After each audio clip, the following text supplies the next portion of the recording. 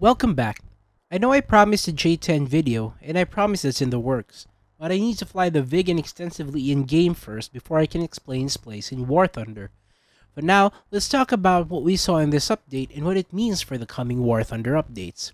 While the inclusion of the Sky Flash on the SAB-37 has been exhaustively speculated upon, we'll also do our due diligence and check out a few other vehicles that may mean something for War Thunder's updates in the future. Be reminded that these are all just possibilities and none of these are confirmed, and Gaijin could easily go a different way with what they had in mind. Without further ado, let's begin. The first vehicle I'd like to talk about would be the PBV-301 and the Type 87 RCV. Although the Panzerbahn 301 is marketed as an SPAA within the confines of the game, it was billed as an IFV for the Swedish army in the early 60s. Armed with a 20mm and nothing else, the PBV-301 at a very low battle rating justifies its lack of sufficient anti-tank capabilities or advanced anti-air capabilities because in the end, it was an IFV. This follows the same pattern as the Type 87 RCV, armed with nothing but a 25mm, albeit with APFSDS and APDS rounds. The Type 87 RCV is essentially a higher BR analog of the PBV-301. So we see that Gaijin is keen on adding IFVs with no ATGM capability. This paves the way for vehicles like the LAV-25 and its variants like the LAV-AD and LAV-AT to appear in the US tree. For the Germans, the Schützenpanzer Puma is slated to be added one of these days, if not the next update, with no spike capability until Gaijin finds a way to balance spike ATGMs. For the Soviets, the BTR series is a possibility, though they can be armed with ATGMs, hence they're more than likely to be added.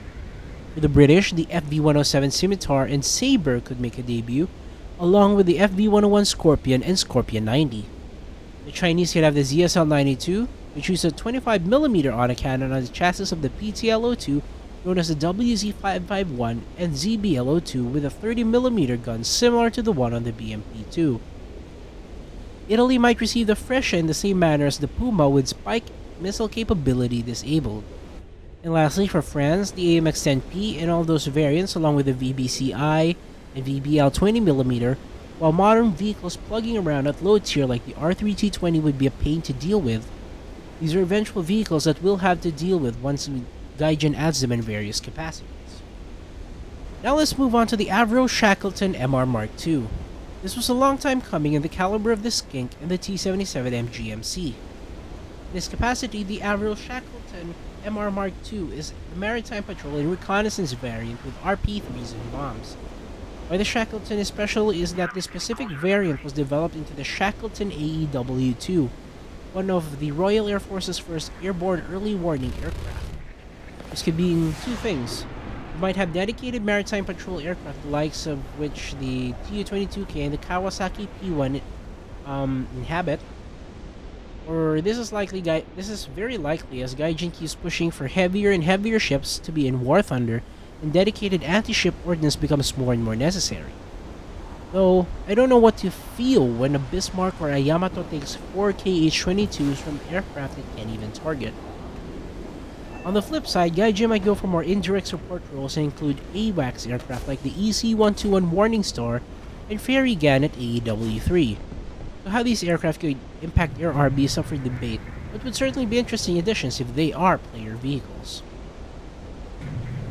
The next vehicle will be the M1A1HC. For those unaware, the M1A1HC features the ANVLQ-8AIR Dazzler similar to the OTS HU-17 on the Stora system in War Thunder.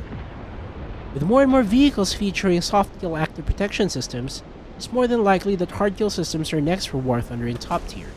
The trophy system on the M1A2, and the arena on the T-80U, Drojd APS on T-55As and T-62Ds would represent the earliest hard-kill systems in War Thunder. In an APFSDS meta, one would question how effective these hard-kill systems are, but I believe it's nice to have them than be caught without. It would also make War Thunder more interesting in how to deal with soft-kill or hard-kill protection systems. Before we hit the final vehicle, I'd like to touch on the MiG-27 and the CAB-500 TV-guided bomb and KH-29T guided missile. Gaijin deciding to add a dedicated ground attacker with guided missiles and guided bombs paves the way for the Su-25 and the A-10.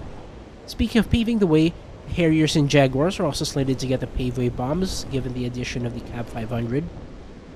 In fact, the Skyhawks in-game are still lacking their walleye guided bombs and should be added now that guided bomb mechanics are now coded in-game. Technically speaking, however, the Cab 500 isn't the first guided bomb in War Thunder. That honor belongs to the Flix X mounted on the Heinkel 111 bombers in the German tree. So how Gaijin brings stuff like paveways and J-dams from here on out would be very interesting. Finally, the biggest upset of the update, the Saab 37 Viggen. I won't focus on the Skyflash for this, but know that the F-104S ASA is coming thanks to the Skyflash. What I want to emphasize is the arrival of the first of what would eventually be known as the Euro Canards. The Viggen is paving the way for stuff like the Rafale, Gripen, and Typhoon. These were popular Delta Wing fighters with canards that served to this very day. And while I haven't given the Viggen a very lengthy flight performance test in the dev server, I can deduce now that a flight model incorporating canards are here. We're on our way to seeing aircraft like the J-10, Atlas Cheetah, and if Gaijin is keen on moving further, the Sukhoi series. The prospect of high AoE dogfights are really exciting and I hope to see them in some form in War Thunder. So that's my review / speculation on the upcoming update. I hope you enjoyed, and if you'd like to add anything, feel free to do so in the comments. Once again, this is the Dr. MD. See you around.